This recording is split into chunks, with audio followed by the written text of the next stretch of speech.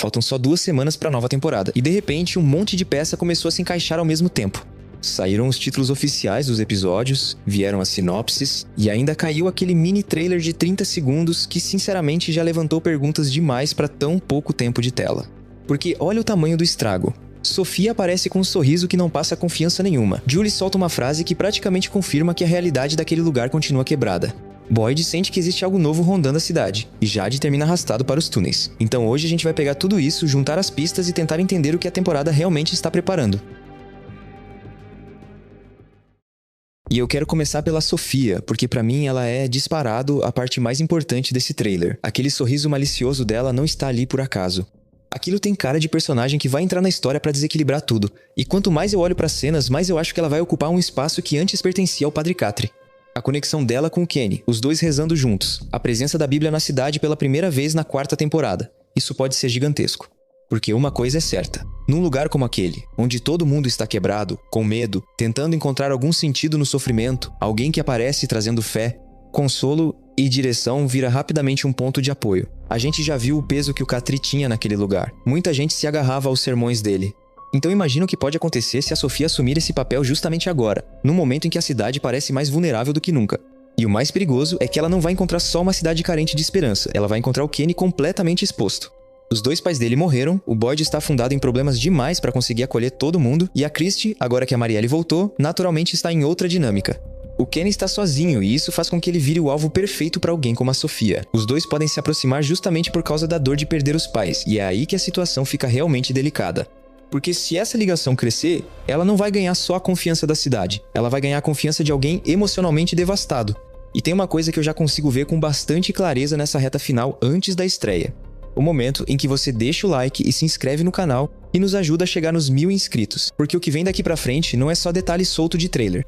É justamente a parte em que essa teoria começa a ficar séria de verdade e eu quero você aqui quando tudo isso começar a bater com os episódios. Agora, se a Sophia for mesmo maligna, aí o jogo muda de patamar, porque ela não seria só uma personagem suspeita, ela seria uma peça central do caos. E pra mim existem 2 possibilidades bem fortes aqui. A primeira é a mais direta. Ela sempre foi uma maníaca e vai usar os seguidores que conquistar, além do próprio Kenny, para jogar a cidade numa espiral ainda pior.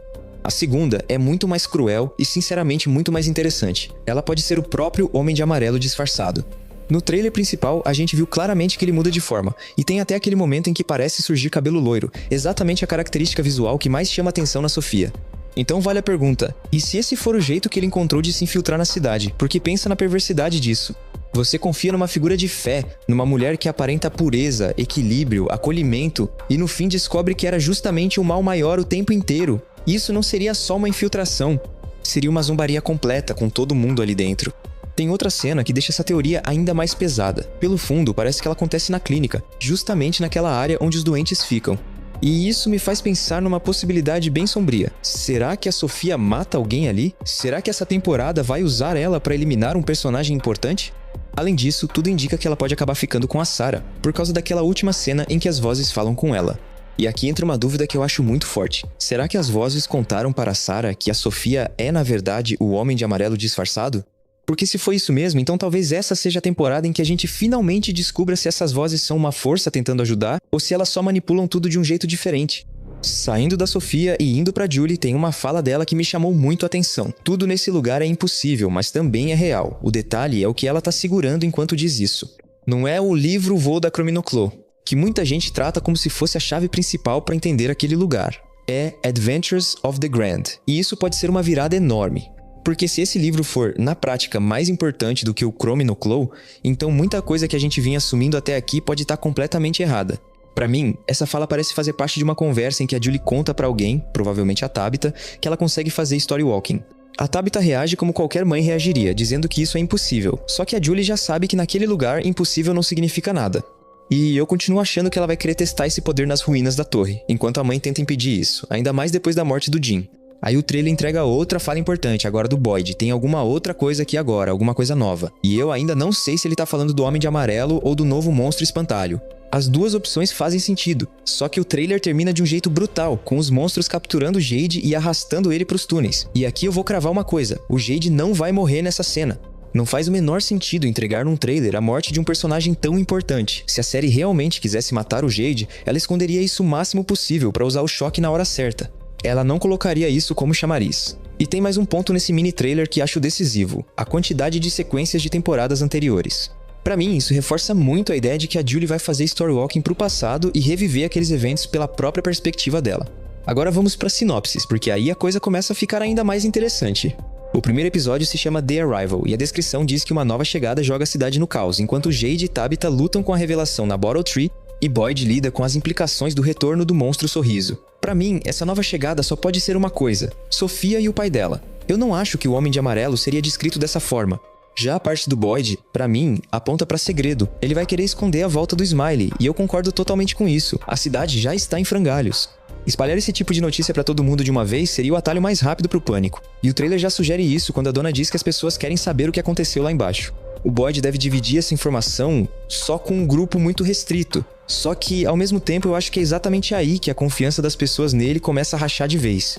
O segundo episódio se chama Frey, e a sinopse é curta e pesada. Uma descoberta grotesca abala a cidade, enquanto Jade e Tabitha tentam suportar o peso da revelação deles. E, sinceramente, eu acho que essa descoberta grotesca é o corpo do Jim. Pelo trailer, tudo indica que eles não vão encontrar o corpo logo na primeira noite, até porque a gente viu a Julie perguntando pra Tabitha onde o pai dela está. No final da terceira temporada, Jim e Tabitha tinham brigado, e ela pediu espaço pra processar tudo o que tinha acabado de descobrir. Então faz sentido que no começo ela ache que ele simplesmente não voltou pra casa por causa da discussão, por isso eu acho que o episódio 2 é o momento ideal pra esse choque. O primeiro episódio trabalha o rescaldo imediato do final da temporada anterior. O segundo pega essa tensão e empurra a história de vez pra tragédia e pra ação. O terceiro episódio, Merrily We Go, parece ser um dos mais carregados de coisa. A sinopse diz que Boyd tenta salvar a Costa dela mesma, Julie se aprofunda nas novas habilidades, Tabitha embarca numa aposta desesperada, e Victor se junta ao Ethan numa busca por respostas. Sobre o Boyd tentando salvar a Costa dela mesma, eu voltei naquela cena da ambulância e reparei num detalhe novo. Primeiro a gente vê a ambulância desgovernada e o Kenny preparando os spikes. Nessa parte aparecem Kenny e Marielle. Depois, quando a ambulância é parada e Boyd empurra a Costa, a gente vê Christie e Marielle de novo, mas agora a Marielle está sustentando a Christie, como se ela estivesse ferida e não conseguisse ficar de pé. Então eu fiquei com uma teoria. E se a Acosta sequestrou a Christie? E se todo esse movimento com a ambulância for justamente o Boyd tentando impedir que ela vá longe demais? Isso encaixaria muito bem com a ideia de salvar a Acosta dela mesma. Na mesma sinopse, a Julie cavando mais fundo nas próprias habilidades também parece bem clara. Eu continuo achando que isso vem logo depois daquela conversa em que ela tenta explicar pra Tabitha o que consegue fazer. A mãe vai proibir, mas a Julie não vai obedecer. Ela vai até as ruínas da torre mesmo assim, só que ela não vai sozinha. O Randall vai estar com ela, como o trailer principal já sugeriu. E aquele momento em que ele segura a Julie nos braços, pra mim acontece logo depois de um story walking. Pela expressão dela, eu acho muito possível que ela tenha acabado de testemunhar a morte do próprio pai. Já a aposta desesperada da Tabitha eu não consigo cravar, mas a teoria que mais faz sentido pra mim é ela atravessar a Faraway Tree de novo pra tentar chegar ao farol.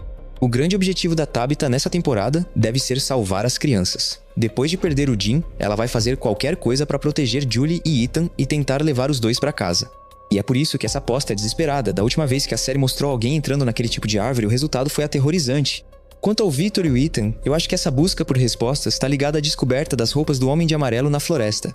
Talvez o Victor veja aquilo, lembre que desenhou algo parecido quando era criança e volte até o caminhão para desenterrar os próprios desenhos. O trailer mostra ele cavando, e isso pode indicar que ele já encontrou esse ser antes. O quarto episódio, Of Myths and Monsters, vem com outra sinopse muito reveladora. Uma descoberta ominosa coloca Boyd e seu círculo de confiança em alerta máximo. Julie procura uma forma de controlar as novas habilidades, e Sarah volta a ser torturada pelas vozes. Pra mim, essa descoberta ominosa é justamente a existência do Homem de Amarelo, e principalmente o fato de que ele consegue mudar de forma, porque se isso for confirmado, acabou a noção de segurança. A cidade inteira vira território de suspeita. Qualquer pessoa pode ser qualquer coisa, e isso não atinge só os figurantes não, isso atinge até o Boyd e quem está mais perto dele. Já a Sarah sendo atormentada pelas vozes provavelmente é a mesma sequência que apareceu no mini-trailer. E eu acho que isso reforça ainda mais a possibilidade de serem as vozes que revelam pra ela a verdade sobre o Homem de Amarelo. Talvez seja assim que o Boyd descobre não só que ele existe, mas que ele pode assumir a aparência de outra pessoa. E o título do episódio ainda me faz pensar que a série pode começar a abrir mais a mitologia e a história daquele lugar. O episódio seguinte tem um dos títulos mais fortes de todos, What a Long Strange Trip It's Been. E a descrição fala que Boyd e Jade partem numa busca desesperada e alucinante por respostas, enquanto uma corrida por comida até o assentamento toma um rumo assustador. Eu gostei muito disso porque, honestamente, Boyd e Jade sempre pareceram uma dupla com potencial enorme e pouco tempo de tela juntos. Um é mais pragmático, decidido, focado em sobreviver. O outro é racional, obsessivo, desconfiado de tudo. Essa combinação pode render demais. Talvez seja aqui que os dois finalmente troquem informações importantes, e talvez seja aqui também que o Boyd descubra mais sobre os ciclos de reencarnação ligados às crianças. Já essa busca desesperada e perturbadora, pra mim, é o que a gente viu no trailer, os dois entrando nos túneis subterrâneos e o Jade acabando capturado pelos monstros. A outra metade da sinopse, sobre a ida ao assentamento, me parece muito ligada ao ataque do monstro espantalho. E isso seria péssimo para a cidade, porque significaria que nem mesmo a noite está obedecendo mais às regras antigas. Talvez a única esperança seja de que esses monstros não atuem dentro da cidade, ficando restritos às cabanas na floresta. Dá até para imaginar uma divisão territorial. A cidade para os sorrisos, o assentamento da floresta para os monstros espantalho, e talvez a região do farol para as aranhas. O sexto episódio, The Heart is a Lonely Hunter, também parece estar conectado diretamente ao anterior. A sinopse diz que Boyd e Jade entram em conflito sobre confiar ou não no conhecimento que está na cabeça do Jade, enquanto notícias profundamente perturbadoras do assentamento retornam para a cidade. Esse conflito entre os dois pode acontecer ainda dentro dos túneis. Eu imaginei uma situação em que eles chegam a uma encruzilhada. Tudo aponta para um lado, mas o Jade insiste no outro por pura intuição, da mesma forma como ele confiou naquele instinto em torno da melodia. O Boyd, por outro lado, sabe melhor do que ninguém que aquele lugar adora mostrar pistas para arrastar as pessoas em direção ao desespero. Então o choque entre os dois faria total sentido.